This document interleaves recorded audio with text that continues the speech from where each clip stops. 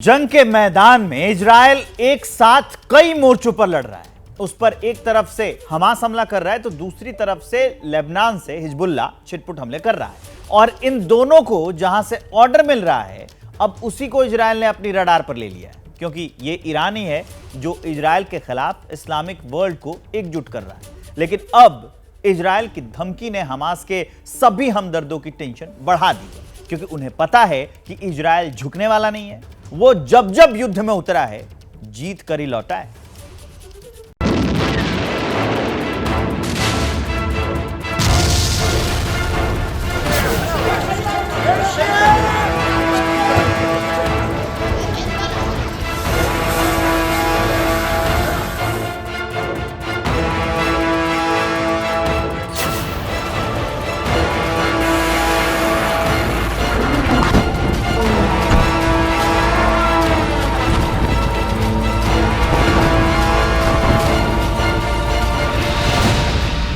क्या Israel Hamas और उसके हमदर्दों का किस्सा खत्म करने वाला है?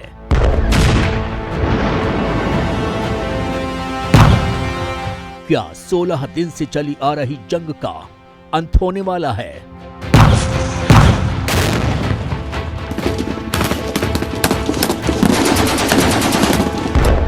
क्योंकि अब इजराइल ने ईरान को खुली धमकी देते हुए कहा है कि अगर हिजबुल्लाह सीधे जंग में उतरा तो वो हमास और हिजबुल्लाह के साथ साथ ईरान को भी जड़ से खत्म कर देगा।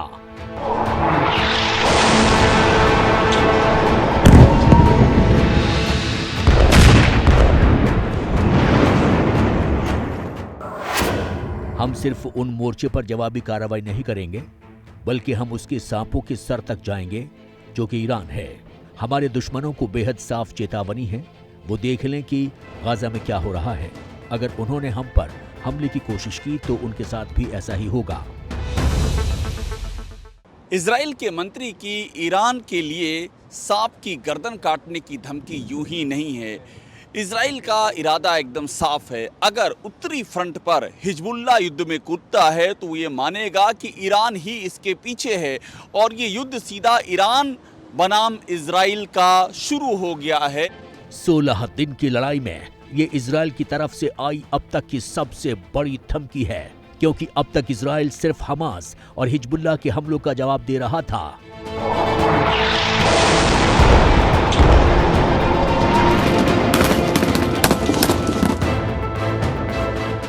अब उसने ईरान के खिलाफ भी मोर्चा खोल दिया है।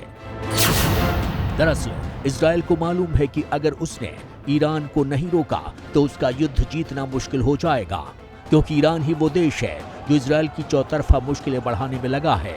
इसी ने मुस्लिम देशों को इजराइल के खिलाफ एकजुट किया है, जिसका असर सभी मुस्लिम देशों में दिख रहा है।